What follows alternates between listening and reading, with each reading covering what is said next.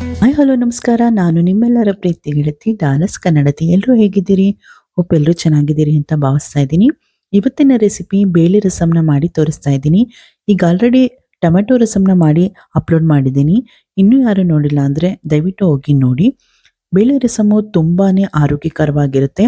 So ಬನ್ನಿ, ತಡ ಮಾಡೋದು ಬೇಡ, ಇದನ್ನ ಮಾಡೋದು ಹೇಗೆ ಅಂತ ನೋಡೋಣ. ಮೊದಲಿಗೆ ಒಲೆ ಮೇಲೆ ಒಂದು ಕುಕ್ಕರನ್ನು ಇಟ್ಕೊಂಡು ಅದಕ್ಕೆ 1 ಕಪ್ ಆಗುವಷ್ಟು ಬೇಳೆನ ಹಾಕೊಳ್ತಾ ಇದ್ದೀನಿ.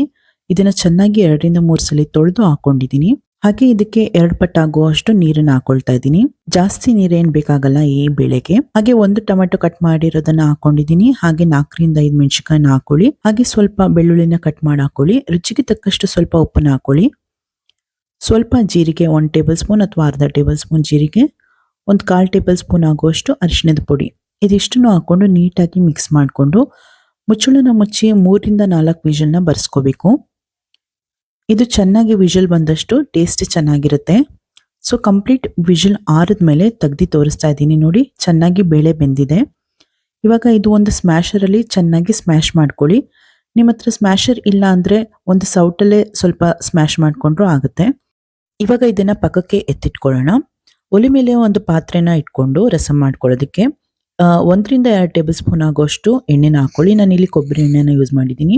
ಹಾಗೆ 1 ಟೇಬಲ್ ಸ್ಪೂನ್ ಸಾಸಿವೆ, 1 ಟೇಬಲ್ ಸ್ಪೂನ್ ಆಗೋಷ್ಟು ಜೀರಿಗೆನ ಹಾಕೊಂಡು ಸಾಸಿವೆ ಜೀರಿಗೆ ಚೆನ್ನಾಗಿ ಚಟಪಟ ಅಂತ ಸಿಡಿದ ಮೇಲೆ ಸ್ವಲ್ಪ ಬೆಳ್ಳುಳ್ಳಿನ ಕಟ್ ಮಾಡಿ ಹಾಕೊಳ್ಳಿ.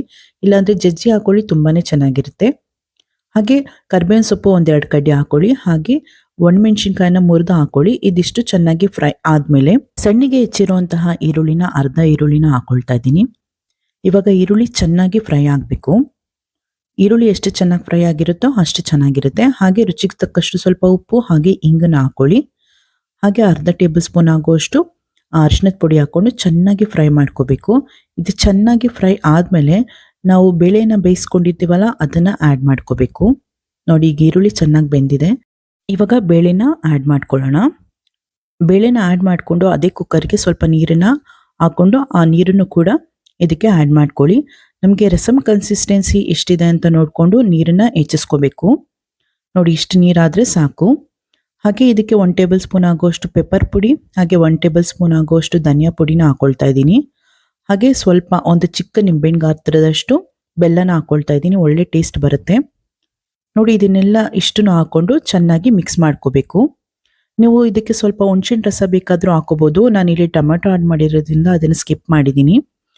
ಸೊ ತಟ್ಟೆನ ಮುಚ್ಚಿ ಒಂದು 10 ನಿಮಿಷಗಳ ಕಾಲ ಮೀಡಿಯಂ ಫ್ಲೇಮಲ್ಲಿ ಚೆನ್ನಾಗಿ ಬೇಯಿಸ್ಕೊಳ್ಳಿ. ನೋಡಿ, ಚೆನ್ನಾಗಿ ಬೆಂದ ಮೇಲೆ ತಟ್ಟೆ ತೆಗೆದು ತೋರಿಸ್ತಾ ಇದ್ದೀನಿ.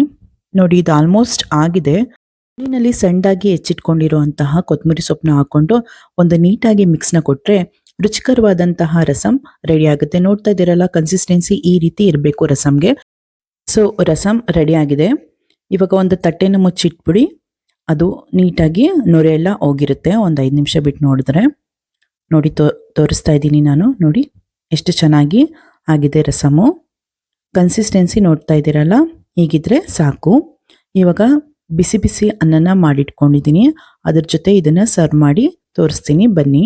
ಒಂದು ತಟ್ಟೆಗೆ ಮಾಡಿಟ್ಕೊಂಡಿರುವಂತಹ ಬಿಸಿ ಬಿಸಿ ಅನ್ನನ ಹಾಕೊಳ್ತಾ ಇದ್ದೀನಿ. ರಸಮ್ಗೆ ಯೂಶಲಿ ಅನ್ನ ಸ್ವಲ್ಪ ಸಾಫ್ಟ್ ಆಗಿರಬೇಕು, ಹಾಗೆ ಚೆನ್ನಾಗಿ ಬೆಂದಿರಬೇಕು. ಬೇಯಿಸ್ಕೊಳ್ಳಿ.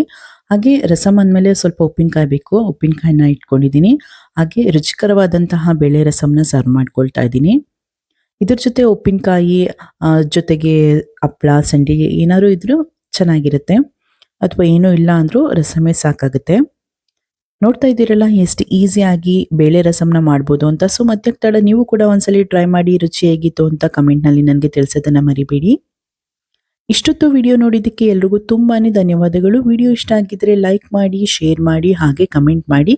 ಸಬ್ಸ್ಕ್ರೈಬ್ ಆಗೋದಂತೂ ಮರಿಬೇಡಿ. ಪಕ್ಕದಲ್ಲಿರುವಂತಹ ಬೆಲ್ ಐಕನ್ನ ಪ್ರೆಸ್ ಮಾಡಿ. ನಾನು ಮುಂದೆ ಹಾಕೋ ಎಲ್ಲ ವಿಡಿಯೋಗಳ ನೋಟಿಫಿಕೇಶನ್ ನಿಮಗೆ ಬಂದು ತಲುಪುತ್ತೆ. ಬಾಯ್.